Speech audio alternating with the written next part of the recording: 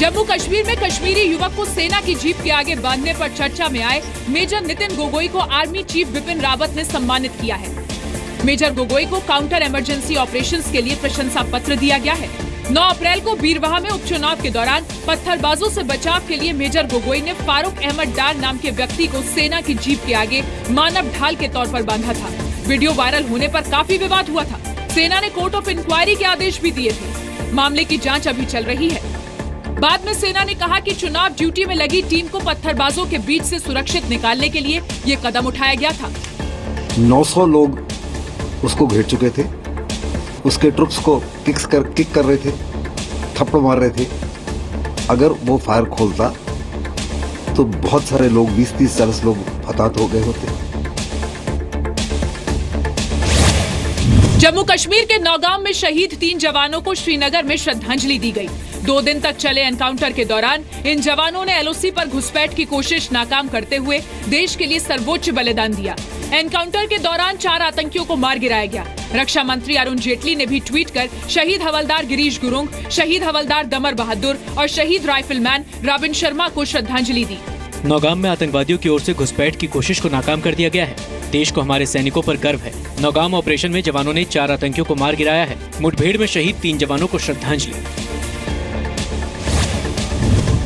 जम्मू कश्मीर के पुलवामा में एक क्रिकेट टूर्नामेंट के दौरान देशद्रोह का मामला सामने आया है। 20 मई को शाइनिंग स्टार पंपोर और पुलवामा टाइगर्स के बीच खेले गए फाइनल मुकाबले के दौरान मैदान में पीओके का एंथम बजाया गया। एंथम बजाए जाने के दौरान दोनों टीमों के खिलाड़ी कतार में खड़े दिखे। इतना ही नहीं, मैच के दौरान मैदान पर आतंकियों की तस्वीरें भी लगाई गई। पुलिस ने इस मामले में एफआईआर दर्ज की और मैच के आयोजकों को भी पूछताछ के लिए तलब किया है। ऐसा नहीं होना चाहिए कि मैच से पहले कोई ऐसी इंसिडेंट हो। तो जो वहाँ के कमांडर्स हैं, जो फोर्सेस हैं, वो इस चीज को संज्ञान में लेंगे। पीओके का एंथम बजाए जाने को लेकर कांग्रेस ने बीजेपी पर निशाना साधा है। साथ ही उसने संकेत दिए कि वो कश्मीर मुद्दे पर सभी विपक्षी दलों के साथ बैठक कर सकती है। Civilian casualties, police casualties, terrorist incidents. Numbers you see. Fourthly, given this fact and given the fact that every segment of the opposition is very, very sensitively and gravely concerned about this crisis. कोयला घोटाले में दोषी करार दिए गए कोयला मंत्रालय के 3 पूर्व अफसरों को 1-1 लाख रुपए के पर्सनल बॉन्ड पर जमानत मिल गई है। कोर्ट ने इन 3 अफसरों समेत 4 लोगों को आज ही सजा सुनाई थी। कोर्ट ने कोयला मंत्रालय में पूर्व निदेशक केसी समारिया, पूर्व कोयला सचिव एचसी गुप्ता, पूर्व ज्वाइंट सेक्रेटरी केएस क्रोफा को 2-2 साल की सजा सुनाई। अदालत ने सभी पर 1-1 लाख रुपए का जुर्माना भी लगाया। कोर्ट ने गलत ढंग से कोल ब्लॉक हासिल करने वाली कंपनी कमल स्पॉन्ज के एमडी पवन अहलूवालिया को 3 साल जेल की सजा सुनाई। साथ ही कंपनी पर 1 करोड़ का जुर्माना लगाया गया।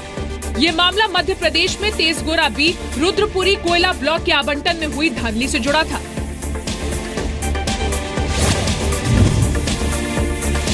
ट्रिपल तलाक पर all India Muslim personal law board ने आज सुप्रीम कोर्ट में नया हलफनामा दाखिल किया। बोर्ड काजियों को कहेगा कि वो निकाहनामे में लड़कियों को ट्रिपल तलाक को ना कहने का विकल्प दे। बोर्ड काजियों से ये भी कहेगा कि वो लड़के से ट्रिपल तलाक ना देने की शर्त कबूल कराए।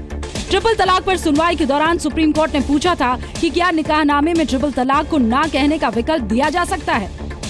ये बात निकाहनामे में शामिल की जा सकती है और अगर निकाहनामे में शामिल हो जाती है तो फिर शौहर जो है वो 3 तलाक एक वक्त में नहीं दे सकता है, क्योंकि निकाहनामा जो है वो कॉन्ट्रैक्ट है और उसी में ये बात एक शर्त है। जब कोर्ट में हेयरिंग के दौरान ये वाली बात आई थी, हमने तभी उनको अपोज किया था और हमने ये कहा था कि पर्सनल लॉ बोर्ड की ये ड्यूटी नहीं है। सारे काजी पर्सनल लॉ बोर्ड के अंडर में नहीं आती।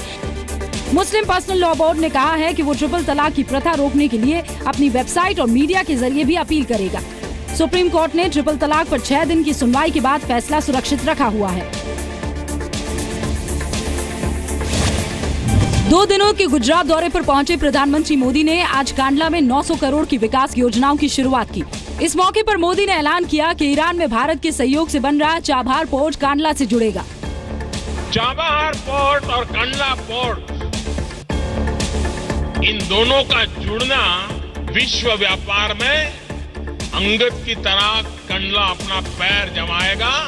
इतना बड़ा परिवर्तन आने वाला है। प्रधानमंत्री ने कच्छ के कांडला में रोड शो भी किया।